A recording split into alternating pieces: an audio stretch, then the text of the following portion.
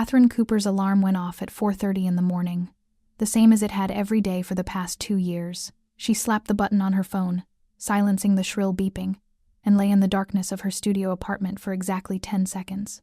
10 seconds to pretend she could go back to sleep. 10 seconds to imagine a different life. Then reality crashed back in, and she threw off the thin comforter. The November cold had seeped through the walls overnight. Her breath fogged in the air as she padded to the bathroom, avoiding the creaky floorboard that would wake Mrs. Patterson next door. The shower sputtered lukewarm water, never quite hot enough, but Kathryn had learned to wash quickly.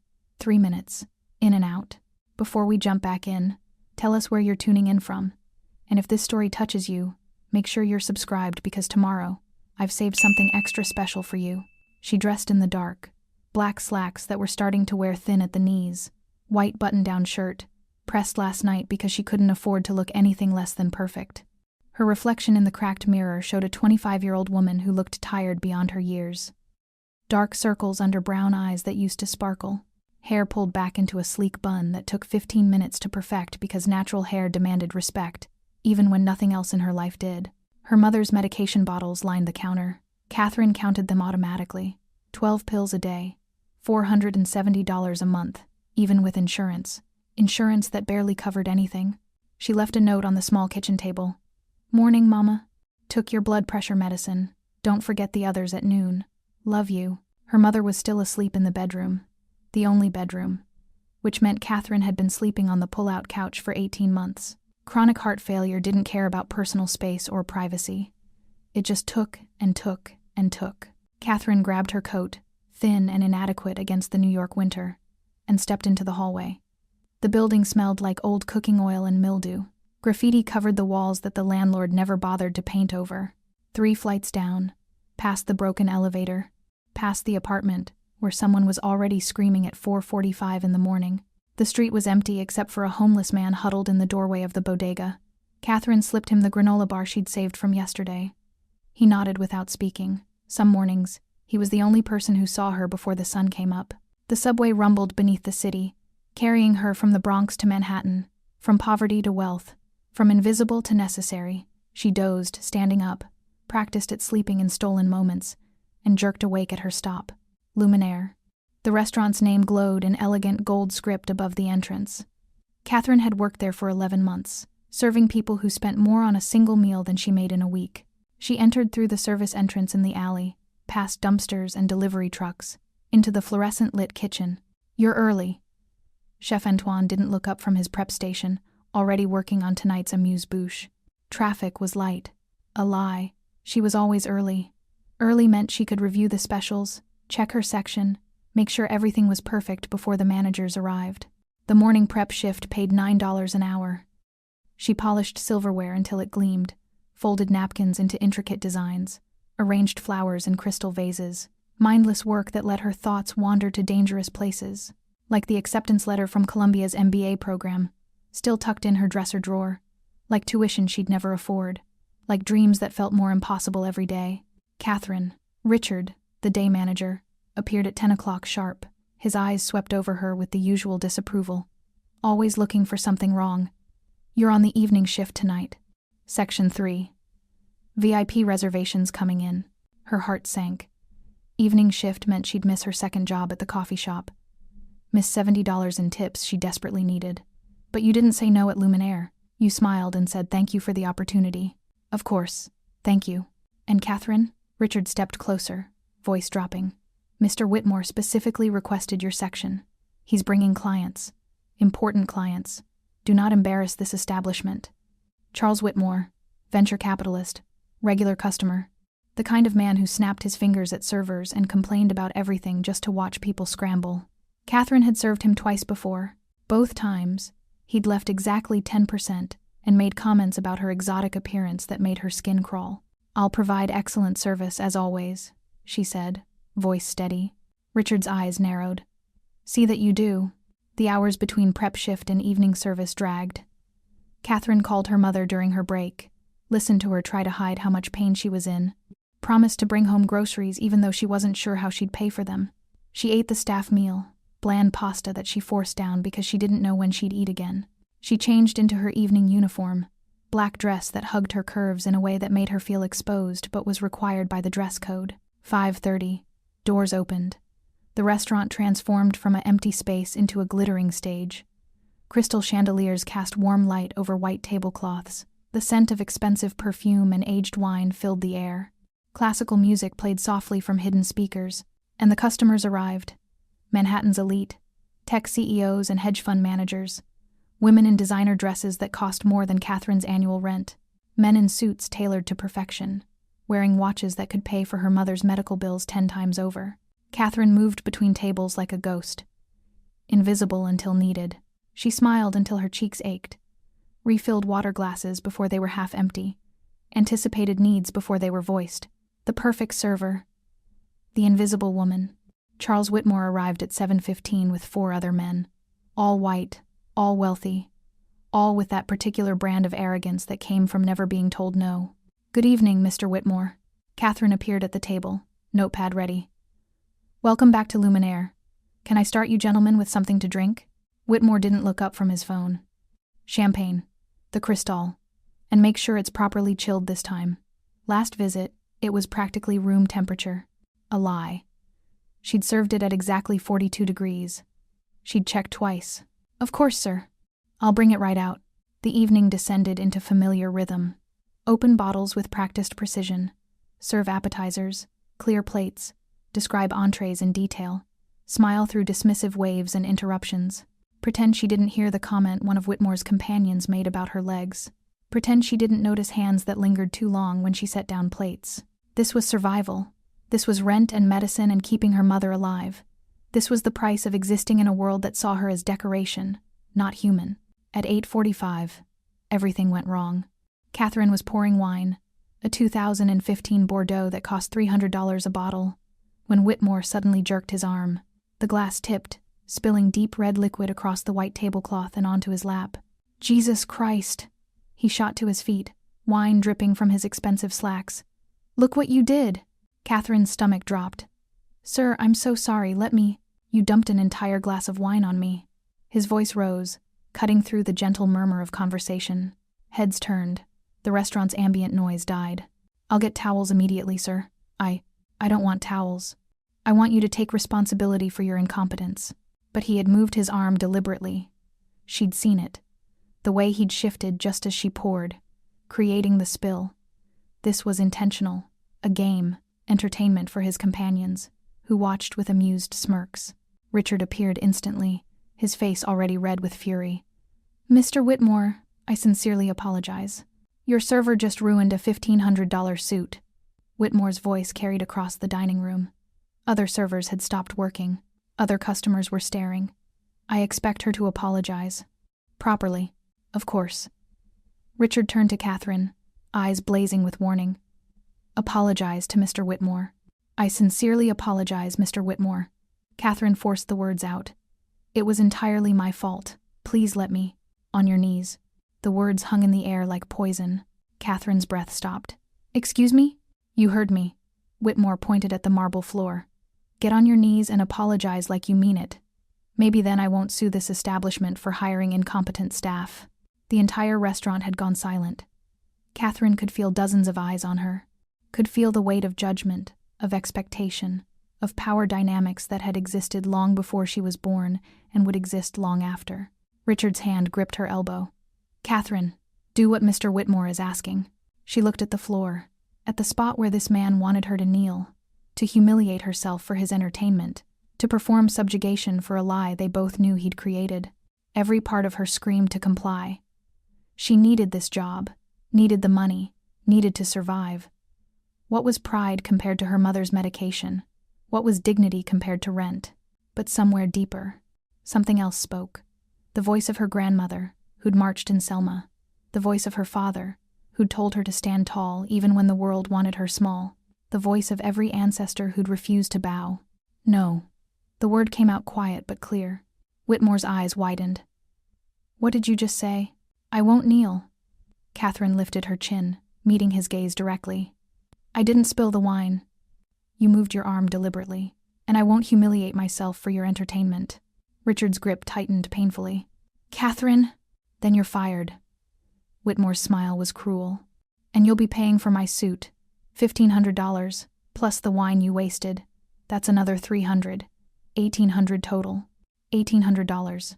2 months of her mother's medication. The rent she hadn't paid yet. Groceries, utilities, everything."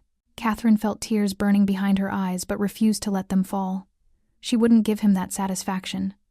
Wouldn't let him see her break. "I understand," she said softly. Richard pulled her aside, voice low and vicious. "Clean out your locker. You're done here. And don't expect a reference." That's when she heard the footsteps. Heavy, deliberate. The kind of footsteps that made the entire room hold its breath. Kathryn turned, and the world seemed to slow down. A man was crossing the main dining room. Mid-30s maybe. 6'2" at least. Impeccable charcoal suit that fit like it had been sewn directly onto his body. White shirt, top 2 buttons undone, revealing the edge of a tattoo that disappeared beneath the fabric. Dark hair cut short, sharp jawline, and eyes, steel gray eyes that seemed to catalog every person, every exit, every potential threat in a single sweep. Daniel Gray. Even Kathryn, who barely had time to follow news between her 3 jobs, knew that name. Everyone in New York knew that name. He owned half of Manhattan's real estate, controlled shipping on the docks, had connections to families that operated in shadows and silence. The kind of man police commissioners called Sir. The kind of man whose name appeared in newspapers with words like alleged and suspected, but never convicted. He moved through the restaurant like he owned it. Maybe he did. 2 bodyguards flanked him at a distance. Professional and alert, every server stepped aside. Every customer tracked his movement with a mixture of fascination and fear. He stopped 6 feet from Kathryn. Up close, he was devastating. All sharp angles and controlled power. The tattoo on his neck was a phoenix, detailed and artistic, rising from flames. His presence filled the space, making everything else seem small and insignificant. Those gray eyes locked onto Whitmore. "Repeat what you just said." Daniel's voice was low, calm, and absolutely terrifying. Each word precisely articulated. No emotion, just cold, lethal control. Whitmore paled slightly but held his ground. "Mr. Gray, I didn't know you were dining here tonight. This server spilled wine on me, and I was simply—" "Repeat what you said to her." Daniel took 1 step closer. The part about kneeling. The temperature in the room seemed to drop 10 degrees. There was a misunderstanding. Was there? Not a question. Daniel's gaze shifted to Kathryn for the first time. Those gray eyes swept over her face, taking in the tears she was fighting, the trembling she couldn't quite control, the dignity she was clinging to with everything she had. Something flickered in his expression, something dark and furious. "Did you spill wine on this man?" Kathryn found her voice. "No, sir." He moved his arm deliberately as I was pouring. "I see." Daniel looked back at Whitmore. "And then you demanded she kneel." "It was a joke." "Was it?" Daniel removed his suit jacket with deliberate slowness. The movement was fluid, practiced, revealing a holster and gun beneath his arm that made several customers gasp. He didn't acknowledge the weapon. Didn't need to. Everyone had seen it. Everyone understood what it meant. He stepped forward and draped the jacket over Kathryn's shoulders. The weight of it was shocking. Warm from his body heat. The fabric was so fine it felt like water against her skin. It smelled like expensive cologne and gunpowder and something else. Power, maybe. Protection. Kathryn stared at him, frozen. "No one," Daniel said, still looking at Whitmore but speaking loud enough for the entire restaurant to hear, "is going to make her kneel while I'm breathing." The words echoed in the sudden silence. Whitmore's face had gone from pale to red. "Mr. Gray, with all due respect, this is between me and—" "You don't have my respect." Daniel's interruption was soft but absolute. "You never will, and this stopped being between you and anyone the moment you tried to humiliate someone under my protection." "Your protection?" Whitmore's voice cracked slightly. "I don't understand." "You don't need to understand." Daniel made an almost imperceptible gesture. 2 of his bodyguards appeared at Whitmore's table. "You need to leave. Now. This is outrageous. I'm a valued customer. You're nothing." Daniel stepped closer to Whitmore, and even though he didn't raise his voice, everyone in the restaurant heard him. "You're a small man who gets off on power you haven't earned, who humiliates people because it's the only time you feel important." He paused, and his voice dropped even lower. "More dangerous. But if you ever speak to her again, if you ever so much as look in her direction, if any door closes for her because of what happened tonight, I will consider it a personal insult. And Mr. Whitmore? Daniel smiled, and it was the most terrifying thing Kathryn had ever seen. You really don't want to insult me personally. The threat hung in the air like a blade. Whitmore's companions were already standing, edging toward the exit. Whitmore himself looked like he might be sick. We're leaving. We're leaving. Good choice. Daniel watched as they scrambled out, Whitmore nearly tripping in his haste. The door closed behind them, and the restaurant remained frozen. Daniel turned to Richard, who'd been standing paralyzed through the entire exchange. You're fired. Richard's face went white. Mr. Gray, I've worked here for 15 years. I know. I've owned this restaurant for 3. Daniel's voice was flat. And in all that time, you never learned that my staff are human beings deserving of respect. Clean out your office. But Marcus. One of the bodyguards stepped forward. Richard's protests died in his throat. He stumbled toward the back, and the bodyguard followed. The restaurant was still silent. Every eye on Daniel Gray. On Kathryn, wearing his jacket like armor. Daniel finally looked at her again. Really looked at her. His expression softened fractionally, though his eyes remained intense. What's your name? Kathryn. Her voice came out smaller than she intended. Kathryn Cooper. Kathryn. The way he said it did something strange to her chest, like her name had weight when he spoke it. Are you all right? Yes. Thank you. You didn't have to. I did. He cut her off gently. Then, to her shock, he reached up and adjusted the jacket on her shoulders, making sure it sat properly. The gesture was oddly intimate, protective. No one should be treated that way, especially not in my establishment. Your establishment, Kathryn thought numbly. He owns Luminaire. How did she not know that? I'll pay for the wine, she heard herself say. And his suit. If you'll do no such thing. Daniel's jaw tightened. That man created a situation to humiliate you. You owe him nothing. One of the other servers, Marie, appeared at Daniel's elbow. Mr. Gray? What should we do about service? Daniel surveyed the dining room. Dozens of customers staring. Staff frozen in uncertainty. He made a decision. Pierre, the head waiter materialized. You're acting manager until I hire someone permanent. Kathryn. He looked at her, and something passed through his eyes. Calculation? Maybe. Or recognition. Come with me. We need to talk. It wasn't a request. Kathryn glanced at the other servers, at the customers, at the entire situation spiraling beyond her comprehension. I should help with. Marco will handle your section. Daniel gestured to one of his bodyguards. Please, just 5 minutes. Every instinct screamed danger. This man was dangerous. Everyone knew what he was, what he did. Getting close to someone like Daniel Gray was the opposite of survival, but he'd defended her when no one else would, had stood between her and humiliation, had given her his jacket and called her worthy of protection. And something in his eyes, beneath the control and the danger, looked almost human. Okay, she whispered. He led her through the restaurant, past staring customers and shocked staff, to a private dining room in the back. The door closed behind them, muting the outside world.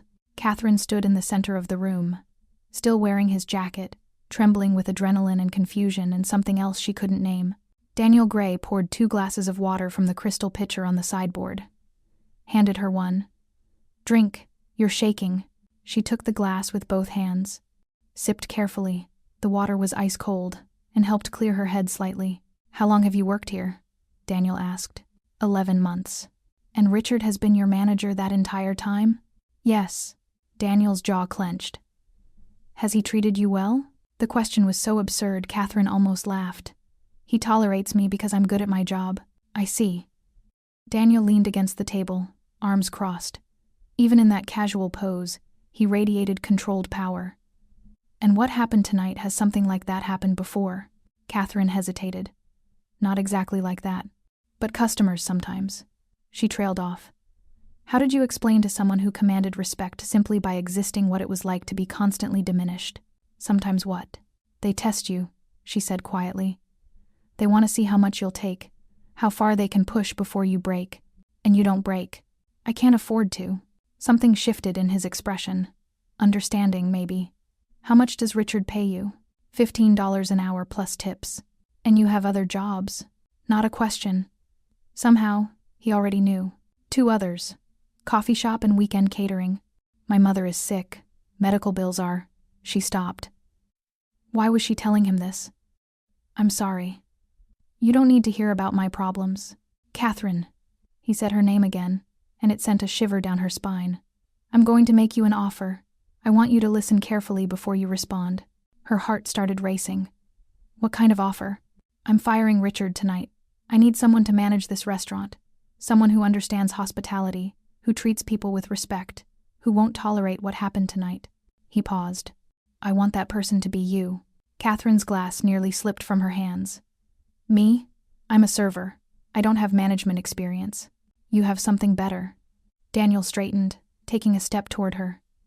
You have character. You refused to kneel even when it would have been easier. That tells me everything I need to know about how you'll run my restaurant. But I'm not qualified. $40 an hour. Salary, not tips. 60-hour weeks if you want them. 40 if you don't. Health insurance that covers your mother. And before you say no, he pulled a business card from his pocket, heavy black stock with gold embossing. Extended it to her. Think about it overnight. Call that number tomorrow. My assistant will arrange a proper interview. Kathryn took the card with numb fingers. $40 an hour. That was, she did the math quickly, over $80,000 a year. More money than she'd ever imagined making. Health insurance for her mother.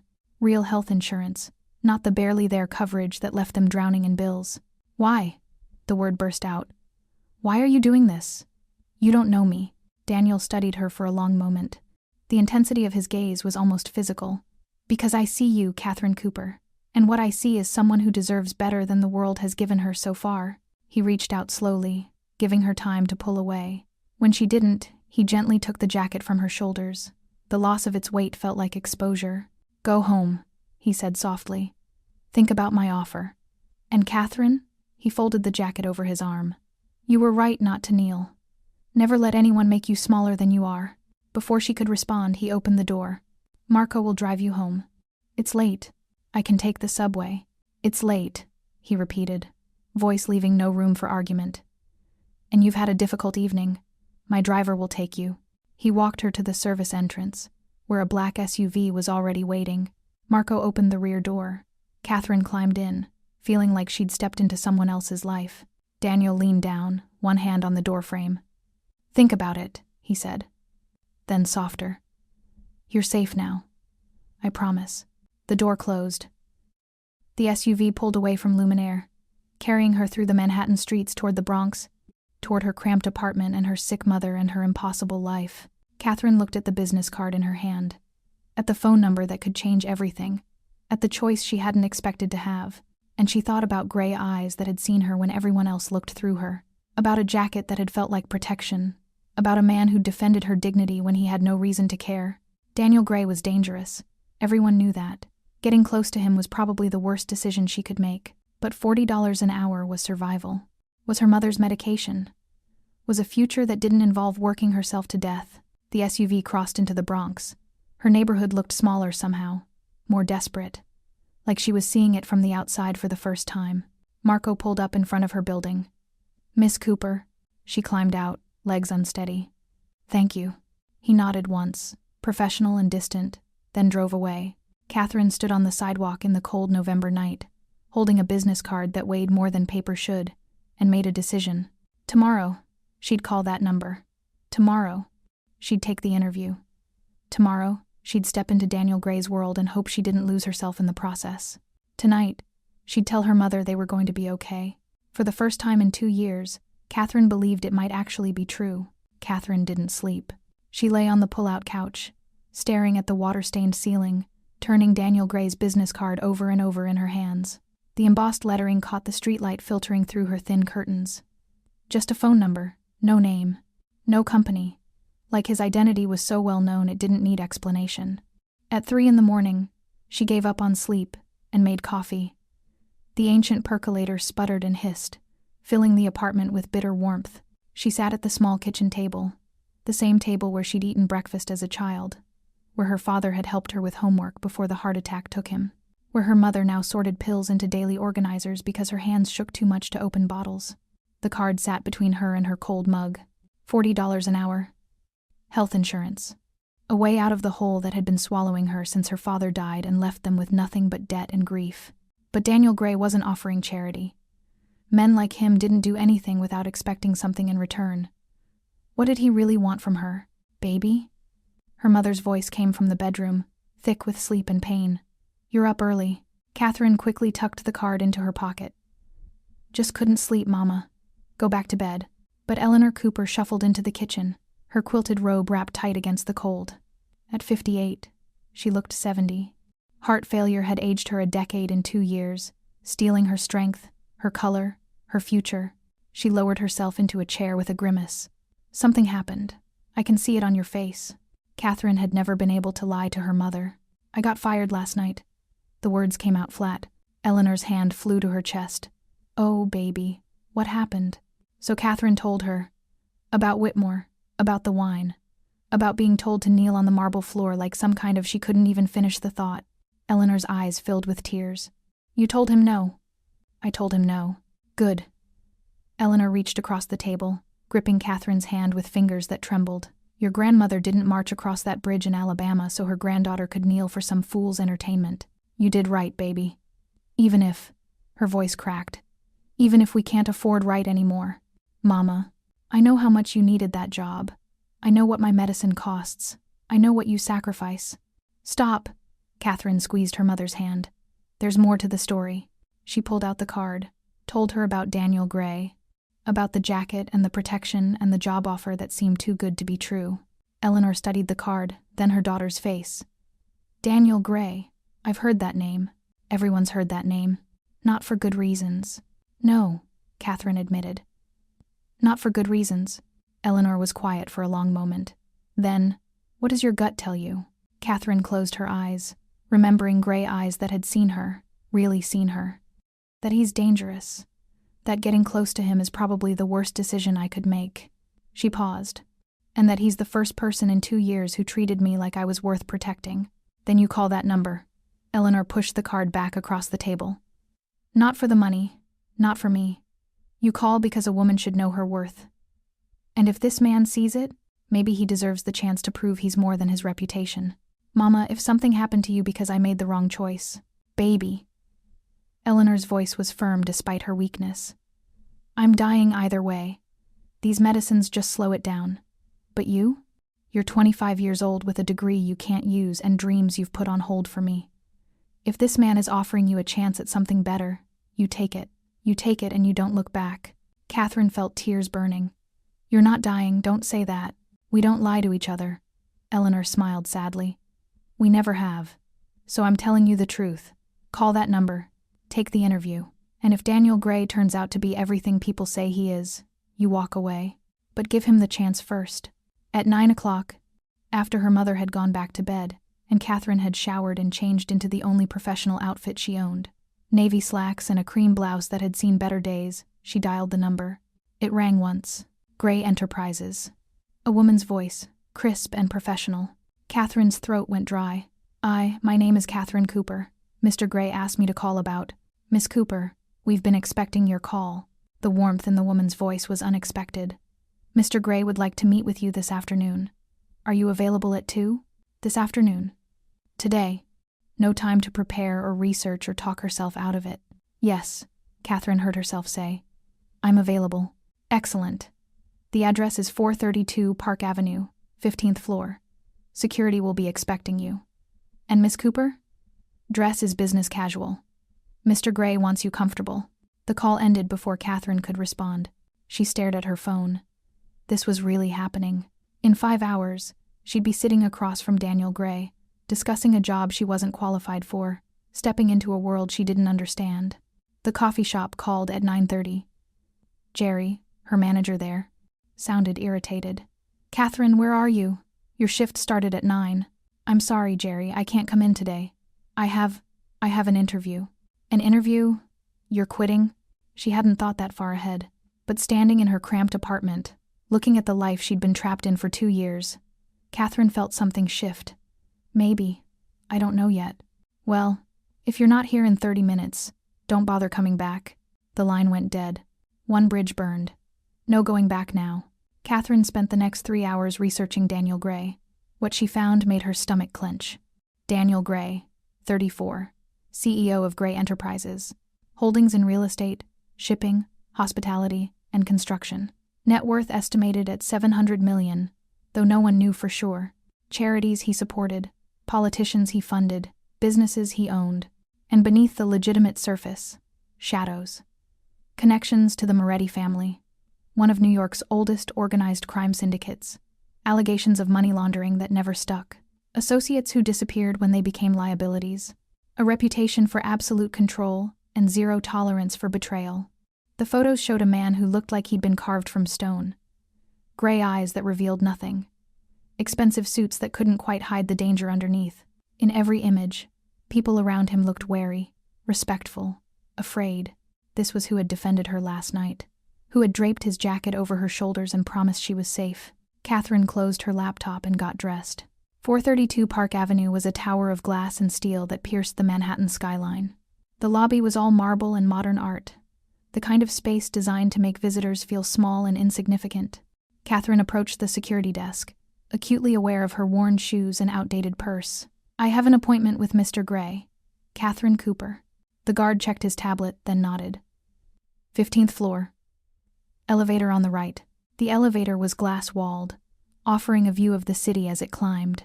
Kathryn watched the streets fall away, her neighborhood invisible from this height.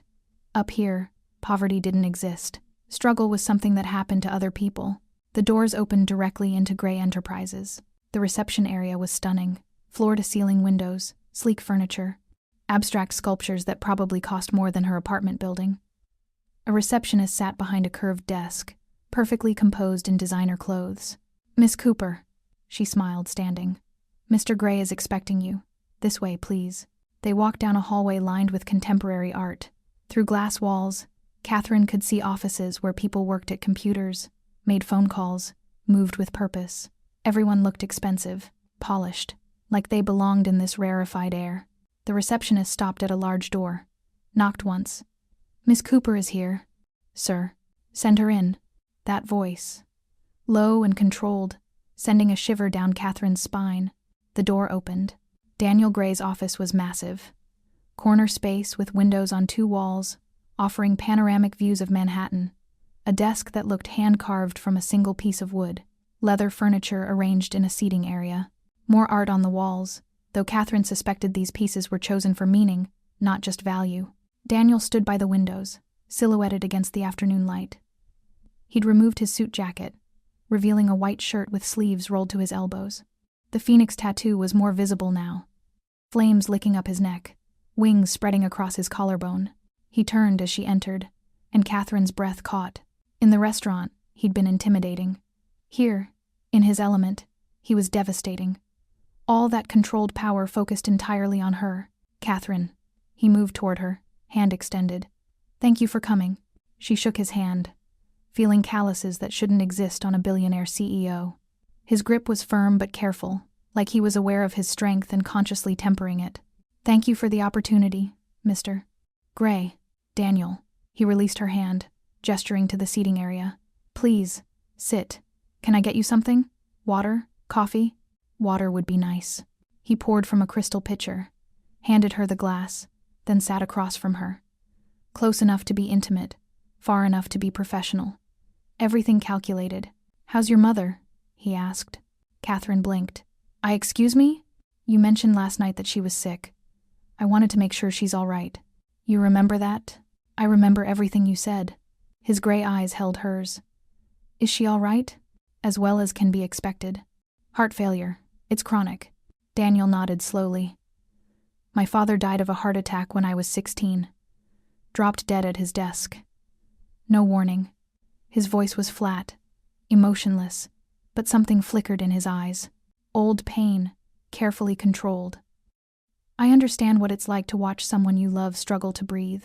The vulnerability in that admission shocked her. This wasn't the ruthless businessman from the articles. This was someone who'd loved and lost and remembered. "I'm sorry," Kathryn said softly.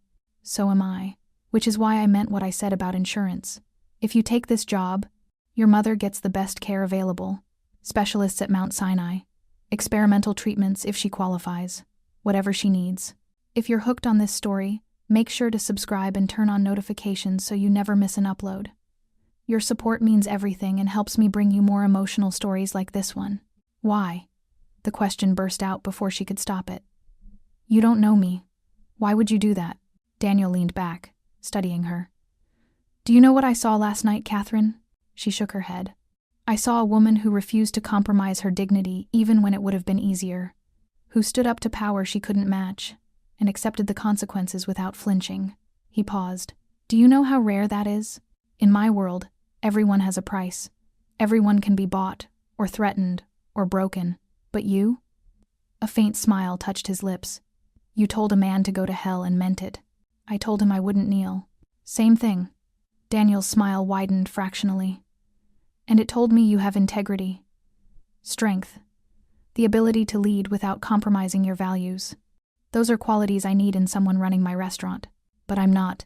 Qualified? He cut her off gently. You have a business degree from a community college. You've worked in hospitality for 6 years. You understand operations, customer service, and staff management. And more importantly, you have something business school can't teach. What's that? You see people. He leaned forward, elbows on his knees.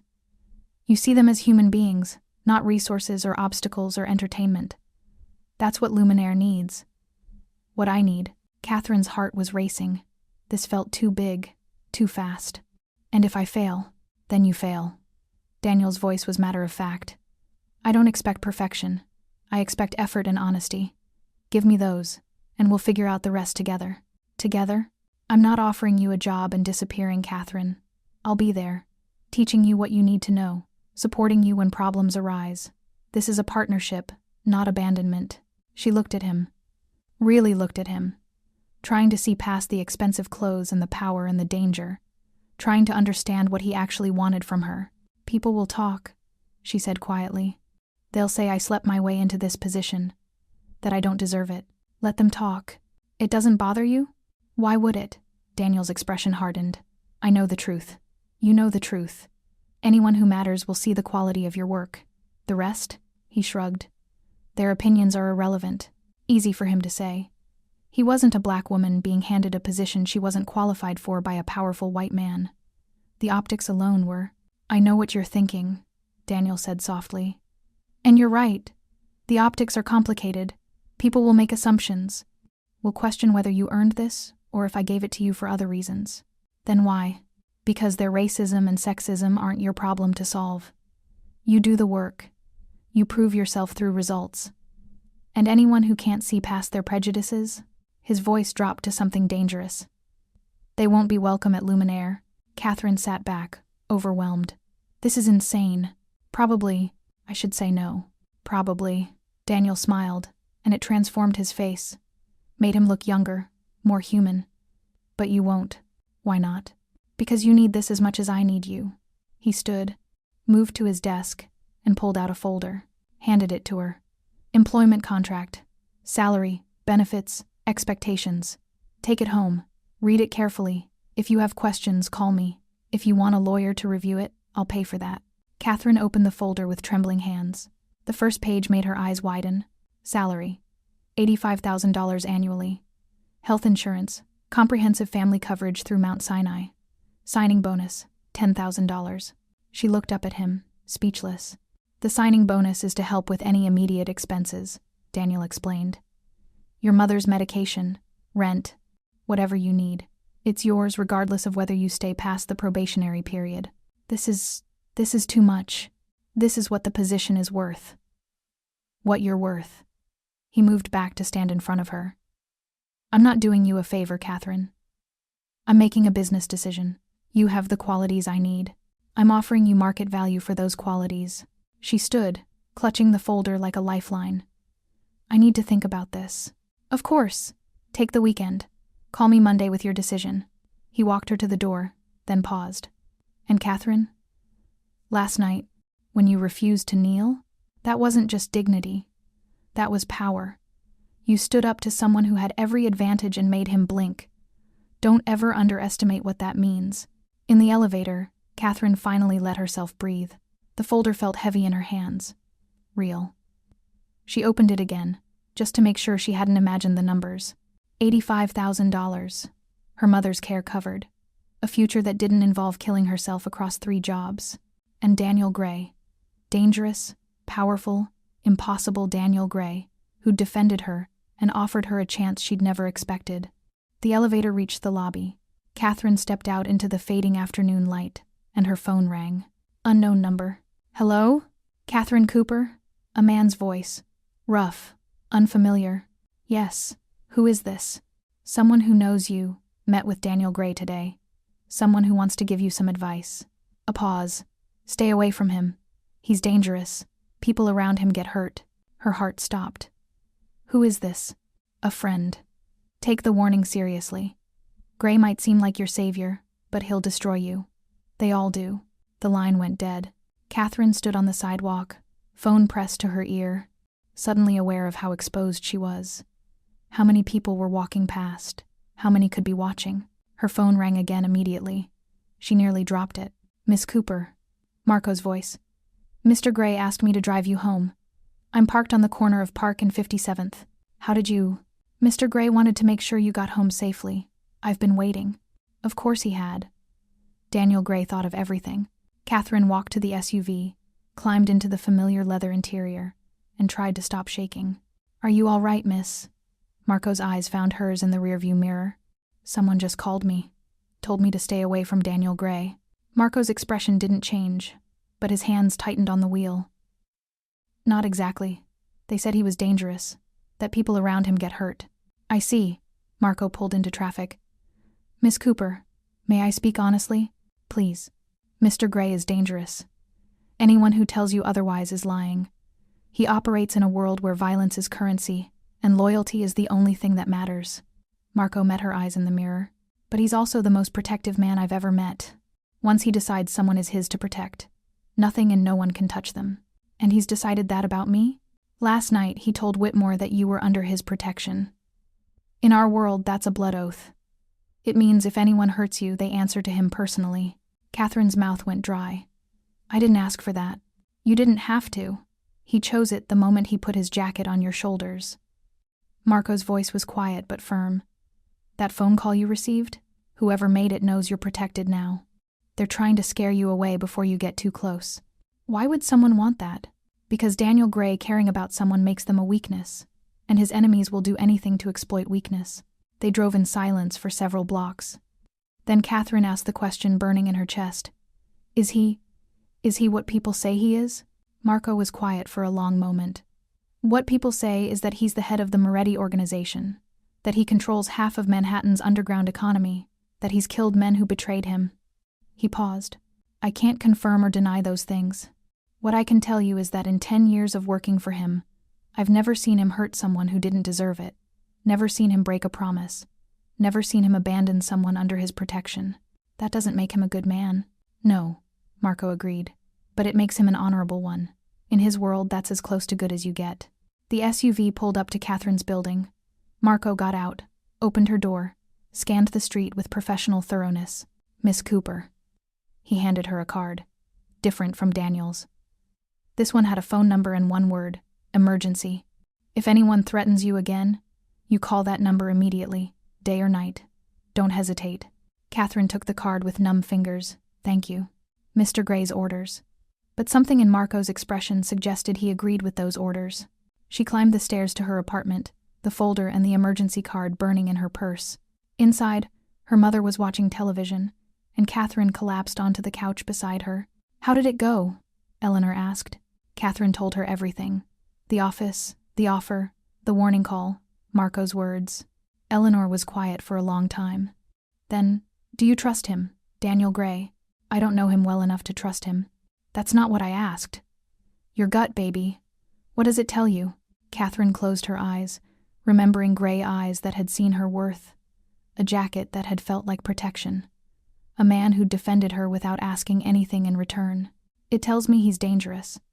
But it also tells me he meant what he said about protecting me. Then you have your answer. Eleanor squeezed her hand. You take the job. You go into it with your eyes open. And if he proves to be what that phone call warned you about, you leave. But you don't let fear make your decisions. That night, Kathryn read the contract 3 times. Everything Daniel had promised was there in legal language: salary, benefits, expectations, probationary period. Nothing hidden or manipulative. At the bottom, a clause that made her pause. Employee agrees to participate in security protocols as determined necessary by Gray Enterprises for employee safety. She called the number on Daniel's card. He answered on the first ring. Kathryn, like he'd been waiting for her call. What does this clause mean? About security protocols? It means if I believe you're in danger, I assign security to protect you. Nothing more invasive than that. Am I in danger? A pause. Marco told me about the phone call. I'm sorry. That shouldn't have happened. But it did. So I'll ask again. Am I in danger? Potentially. His honesty was jarring. My enemies will see you as leverage if they know you matter to me, which means you need protection. I don't want bodyguards following me everywhere. Then we'll be discreet. Marco and his team are professionals. You won't even know they're there. Daniel, I won't let anyone hurt you, Kathryn. That's not negotiable. If you take this job, you accept the protection that comes with it. She should hang up, should tear up the contract and go back to her 3 jobs and her safe, struggling life. Instead, she said, I'll take the job. Silence. Then, you're sure? No, but I'm doing it anyway. She heard the smile in his voice. When can you start? Monday? Monday works. Come to Luminaire at 9. We'll start training. He paused. Thank you, Kathryn, for trusting me with this. Don't make me regret it. I won't. I promise you that. After she hung up, Kathryn sat in the dark apartment, contract signed and her future irrevocably changed. In 3 days, she'd step into Daniel Gray's world. She'd become his employee, his responsibility, his something. And God help her. She was equal parts terrified and exhilarated. Monday morning arrived with unseasonable warmth, November sunshine that felt like a promise or a warning. Kathryn stood outside Luminaire at 8:45, dressed in the new clothes she'd bought with part of the signing bonus. Navy suit that actually fit, cream silk blouse, heels that didn't pinch. She looked professional, capable, like someone who belonged in Daniel Gray's world. The lie felt uncomfortable. The front doors were locked, but before she could knock, they opened. Marco stood there, dressed in his usual dark suit, earpiece barely visible. Miss Cooper, right on time. He stepped aside. Mr. Gray is in the private dining room. The restaurant looked different in daylight. Less magical, more functional.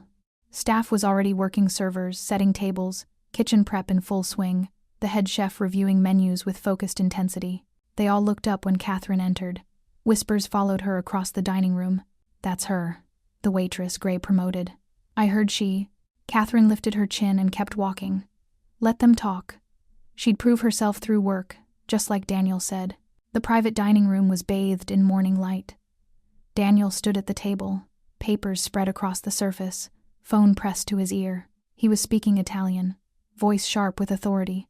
But when he saw her, something in his expression softened. He ended the call. Kathryn, good morning. Good morning. She set her purse down, suddenly nervous. I'm ready to start. Coffee first. He poured from a carafe, handed her a cup prepared exactly how she liked it. Cream, no sugar. She stared at the cup. How did you? I pay attention. He gestured to the chair beside him. Not across from him. Beside him. Partners. We have a lot to cover. Are you ready? The next 6 hours were a whirlwind. Daniel walked her through everything. Financial reports, vendor contracts, staff schedules, customer complaints, reservation systems. He explained the delicate balance of running a high-end restaurant, quality versus cost, customer experience versus profit margins, staff retention versus performance standards. He was patient, thorough. When she didn't understand something, he explained it differently until it clicked. When she asked questions, he answered without condescension. You're a natural at this, he said around noon, reviewing her notes. These observations about staff efficiency? I've been trying to articulate this for months. It's just common sense. It's management intuition. There's a difference. He closed the folder. Lunch? They ate in the private dining room. The chef had prepared something special, seared scallops with a citrus reduction that melted on Kathryn's tongue. This is incredible, she said. Chef Antoine wanted to impress you. You're his boss now. The weight of that hit her. I'm 25 years old telling a 50-year-old master chef what to do. You're telling him your vision for the restaurant. He'll translate that into food. Daniel set down his fork. Leadership isn't about age or experience, Kathryn. It's about clarity of purpose and the courage to stand behind your decisions. Is that how you lead? Something flickered across his face. I lead through a combination of respect and fear. People follow me because they believe in my vision, or because they're afraid of the consequences if they don't. He paused. You'll lead differently, through respect and inspiration. That's actually harder. Why? Because fear is easy. Fear is immediate. But inspiration? That requires people to believe in you, to trust that following you will lead somewhere worth going. His gray eyes held hers. You have that quality. I saw it when you refused to kneel. Others will see it too. The intensity in his gaze made her look away. You put a lot of faith in someone you barely know. I know enough. He stood, clearing their plates. Come on, I want to show you something. He led her through the kitchen, past startled staff who immediately straightened when they saw him, down a hallway she'd never noticed, to an office. This is yours, Daniel said, opening the door. The space was modest but beautiful. Large desk, comfortable chair, windows overlooking the street, a computer already set up. Her name on a placard, Kathryn Cooper, General Manager. She touched the nameplate with trembling fingers. It's real. Very real. Daniel leaned against the doorframe, watching her. You belong here, Kathryn. I know you don't believe it yet, but you will. The afternoon brought the real test. Staff meeting. 23 employees crowded into the main dining room. Servers, bartenders, hosts, kitchen staff, all watching her with varying degrees of curiosity, skepticism, and resentment. Kathryn stood at the front, Daniel, a silent presence in the back corner. Her hands wanted to shake. She forced them still. Good afternoon. For those who don't know me, I'm Kathryn Cooper. As of today, I'm your general manager. She paused. I know some of you are wondering how I got this position, why someone with limited management experience was chosen over people who've been here longer. Silence. Wary attention. The truth is, I asked myself the same questions. I'm not going to pretend I have all the answers, or that I know more than many of you about running this restaurant. She took a breath. But what I do know is how it feels to be invisible, to work hard and have it go unnoticed, to be treated like you're disposable. Several servers exchanged glances, recognition flickering. I also know what it feels like to be seen, to have someone believe in you when you don't believe in yourself. Her eyes found Daniel briefly. Mr. Gray gave me a chance. I'm going to prove he was right to do so. And while I'm proving that, I'm going to make sure every single person here feels valued, heard, respected. She straightened. I won't tolerate harassment. I won't tolerate anyone being asked to compromise their dignity. And I won't tolerate mediocrity from myself or from this team. We're going to be the best restaurant in Manhattan, not just the most expensive. The best. More silence. Then Marie, one of the senior servers, started clapping. Slowly, others joined in. Not everyone. Some faces remained skeptical, but it was a start. After the meeting, Daniel approached her. Well done. I was terrified. I know. They couldn't tell. He checked his watch. I have a meeting across town. Marco will stay with you. If you need anything, call me. Daniel. She caught his arm without thinking. He stiffened slightly, and she realized this was the first time she'd initiated contact. Thank you for believing in me. His expression softened. You're welcome. Then quieter. Be careful going home tonight. Marco will drive you. I'm fine taking the subway. Humor me. Not a request. She nodded, and he left, taking some of the air in the room with him. The rest of the day passed in a blur of learning systems, meeting vendors, reviewing inventory. By 7, Kathryn's brain felt full to bursting. Marco appeared at her office door. Ready, Miss Cooper? The drive home was quiet. Marco took a different route than before, and Kathryn noticed him checking mirrors more frequently than necessary. Is something wrong? She asked. Precautionary measures. His eyes met hers in the mirror. You received another call today. On the restaurant's main line. Someone asking for you specifically. Her stomach clenched. What did they say? They hung up when we asked for identification. He paused. Mr. Gray is increasing security protocols. You'll notice more of us around. Try not to let it worry you. Hard not to worry when people are calling and hanging up. We're handling it. They pulled up to her building. 2 men in dark suits were loitering on the corner. They nodded at Marco, his team, Kathryn realized, watching her building. Inside, her mother was waiting with dinner. Baked chicken and vegetables, simple but perfect. How was your first day? Eleanor asked. Overwhelming, terrifying, amazing. Kathryn sat at the table. Mama, there are men outside watching our building. Eleanor's fork paused halfway to her mouth. Daniel Gray's men? Yes. Someone's been calling. Threatening me, I think. Then I'm glad they're there. Eleanor's voice was firm. You let that man protect you, baby. Pride isn't worth your life. It feels like I'm losing control. No. You're accepting help. There's a difference. Eleanor reached across the table. When your father died, I tried to do everything alone. Pushed away the church folks who wanted to help. Pushed away family. Nearly lost this apartment because I was too proud to accept assistance. She squeezed Kathryn's hand. Don't make my mistakes. If Daniel Gray is offering protection, you take it. That night, Kathryn lay in bed, listening to the city outside her window. Somewhere in the darkness, Daniel Gray's men were watching, protecting her from threats she didn't fully understand. She pulled out her phone, stared at his number. It was almost midnight. Too late to call. She called anyway. He answered immediately. Kathryn, are you all right? I'm fine. What was she doing? I wanted to say thank you. For today. For the office and the introduction, and not making me feel incompetent. You're not incompetent. You're learning. A pause. Are you scared? About the calls? Yes. Good.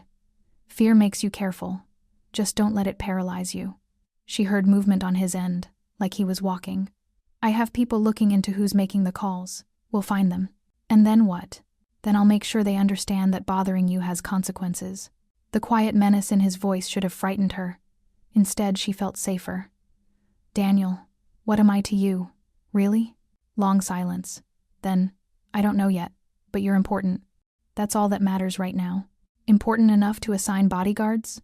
Important enough that I'd burn down anyone who tried to hurt you. He said it simply, like discussing the weather. Get some sleep, Kathryn. Tomorrow we tackle the supply chain issues. He hung up before she could respond. Kathryn stared at her phone, heart racing. I'd burn down anyone who tried to hurt you. This was more than a job, more than a business arrangement. Daniel Gray had claimed her as his to protect, and in his world, that meant something permanent and dangerous. She should be terrified. Should quit before she got in too deep. Instead, she pulled the covers up and let herself feel safe for the first time in years. The threats escalated over the next 2 weeks. More calls, hang-ups when staff answered. One message left on the restaurant's voicemail. Tell the black bitch she's in over her head. Gray can't protect her forever. Daniel's response was immediate and overwhelming. Security tripled. Marco and 2 others now escorted her everywhere. The men outside her building became a permanent fixture. Her commute to work happened in an armored SUV. This is excessive, Kathryn protested one morning. Daniel looked up from the financial reports they were reviewing. Someone threatened you with a racial slur. In what world is protection excessive? In the world where I can't walk to the corner store without 3 armed men following me. Then don't walk to the corner store. Make a list. Someone will get whatever you need. That's not the point. The point is keeping you alive. His voice was steel. I don't compromise on that.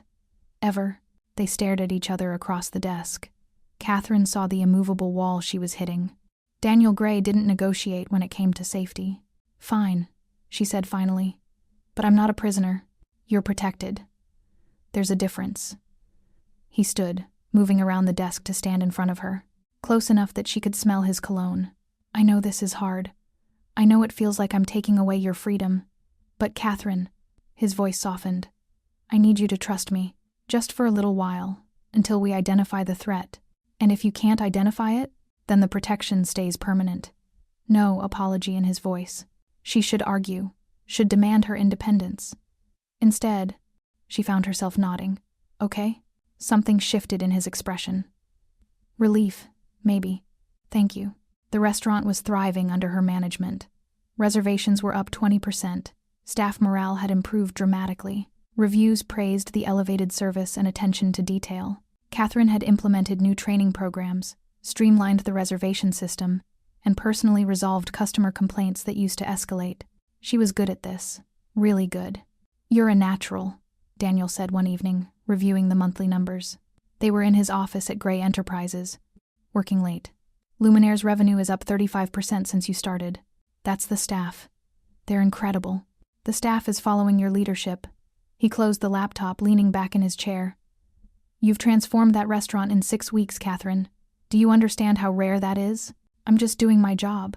You're exceeding every expectation I had. He paused. I want to offer you equity. She nearly dropped her coffee. What? 10% ownership in Luminaire. You've earned it. Daniel, that has to be worth millions. 3 million, approximately. And yes, you've earned it. He pulled out a document. My lawyer drew this up. It's yours if you want it. Kathryn's hands trembled as she took the papers. 10% ownership, real equity, the kind of wealth that could change everything. Why? She whispered. Because you've proven yourself. Because I want you invested in Luminaire's success long term. And because...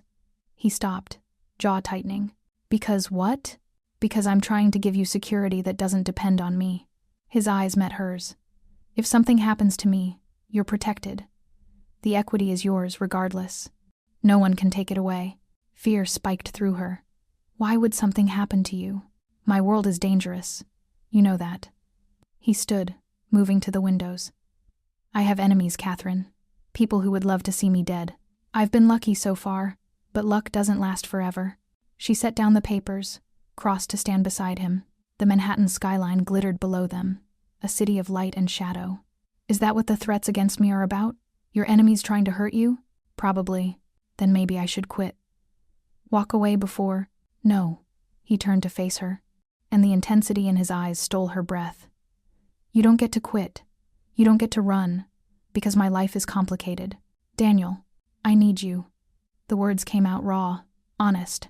Not just at the restaurant. I need you to remind me that there's more to life than violence and control, that people can be good without ulterior motives, that trust is possible. His hand came up, fingers brushing her cheek with aching gentleness. You make me want to be better, Kathryn. Do you understand that? Her heart was pounding so hard she could barely breathe. We can't. This is... I know. His thumb traced her cheekbone. You're my employee. This crosses every professional boundary. I know all the reasons this is wrong. Then why?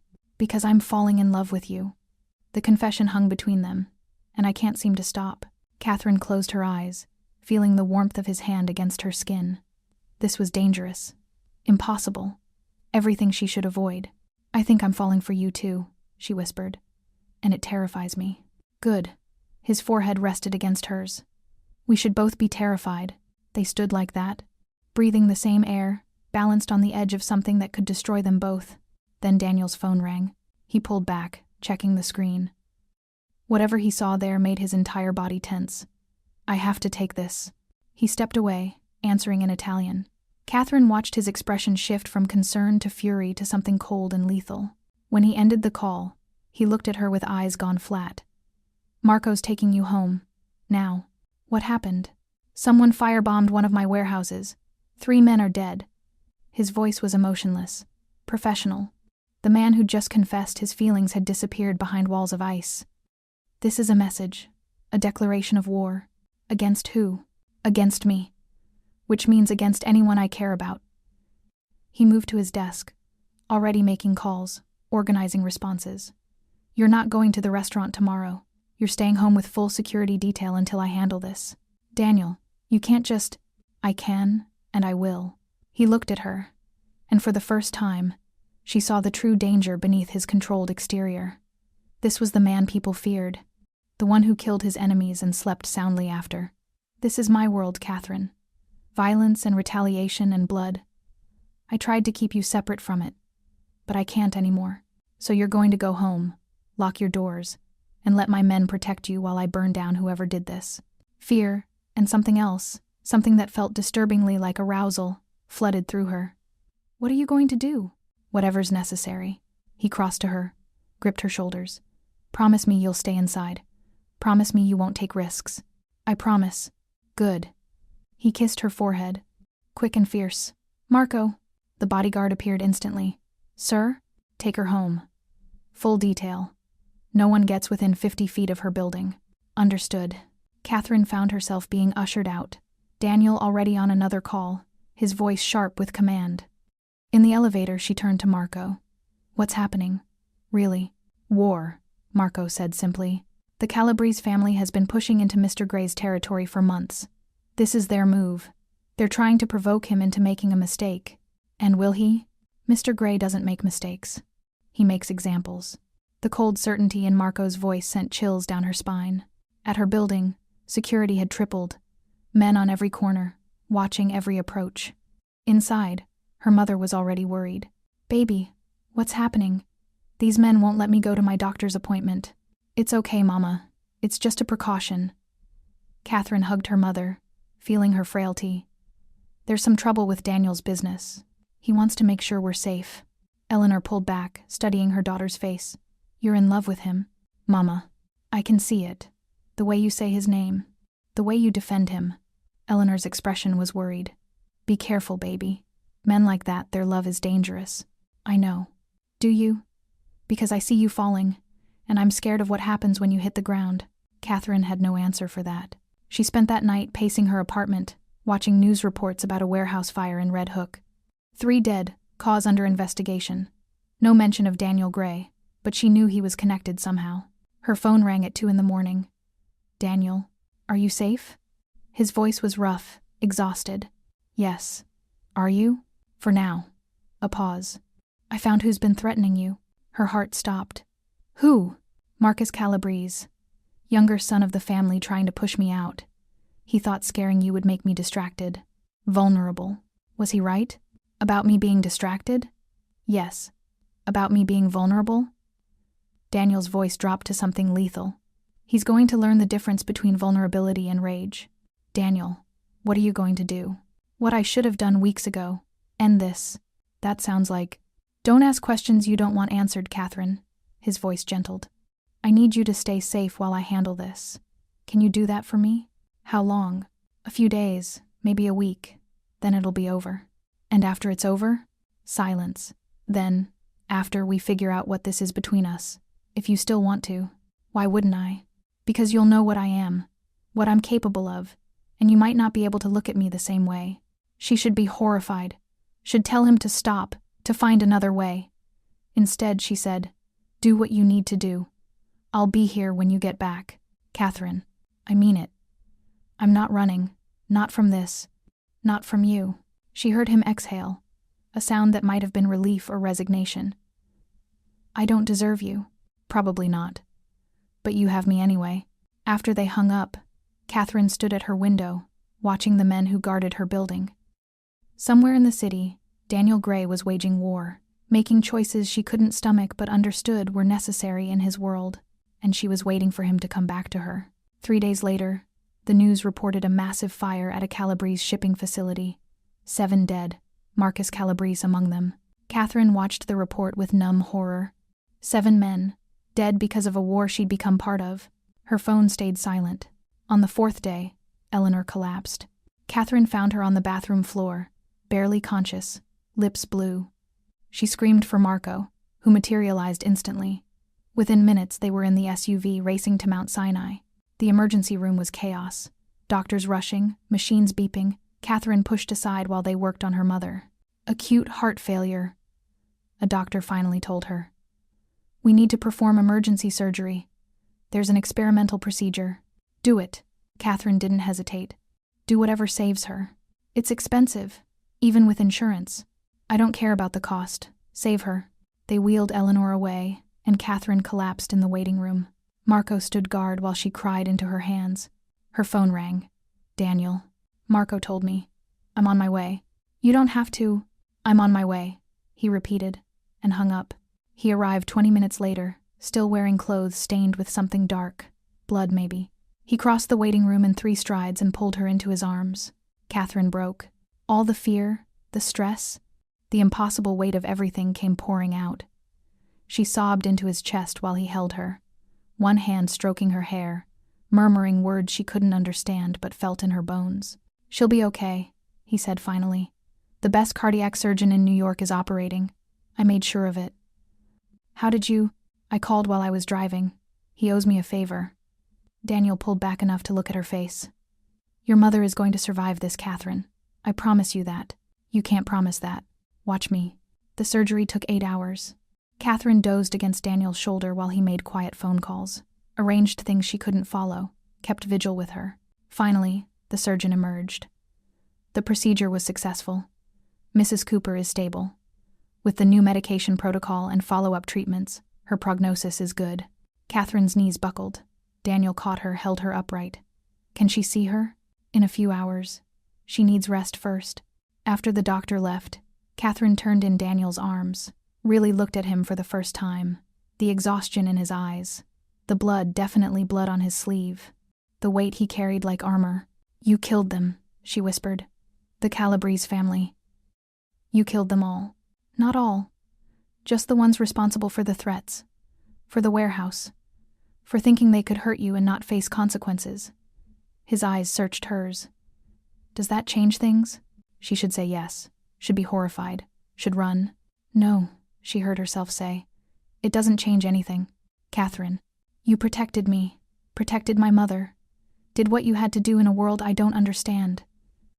She touched his face, feeling stubble rough against her palm. I'm not naive enough to think you're a good man, Daniel. But you're good to me, and right now that's all that matters. He kissed her then, hard and desperate, and full of everything they'd been holding back.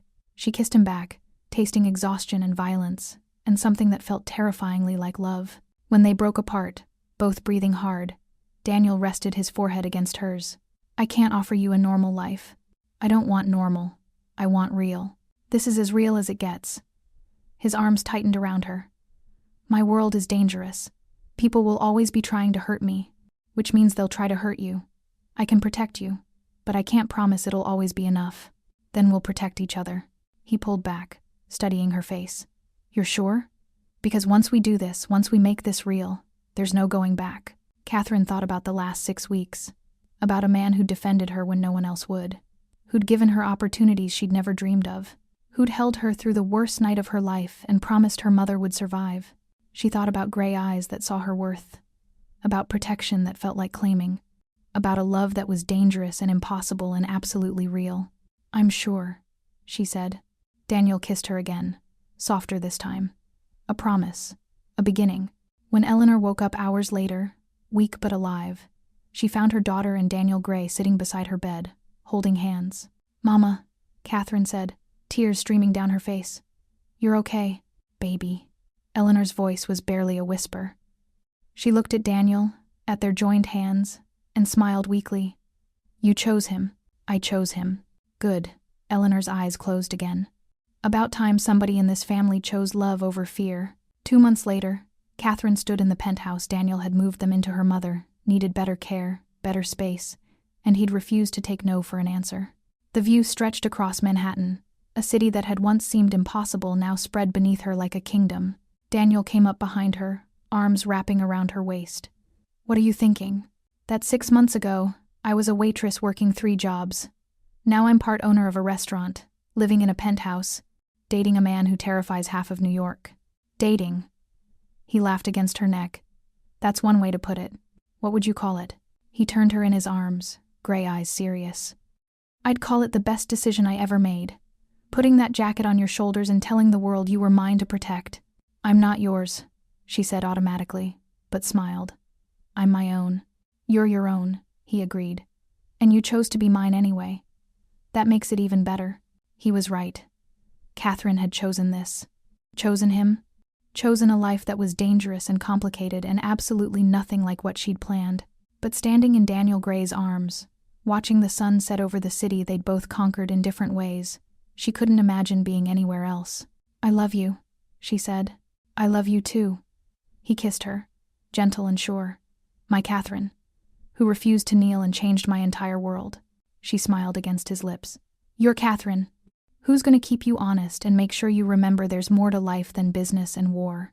Deal. They stood together as darkness fell, and the city lights began to glow.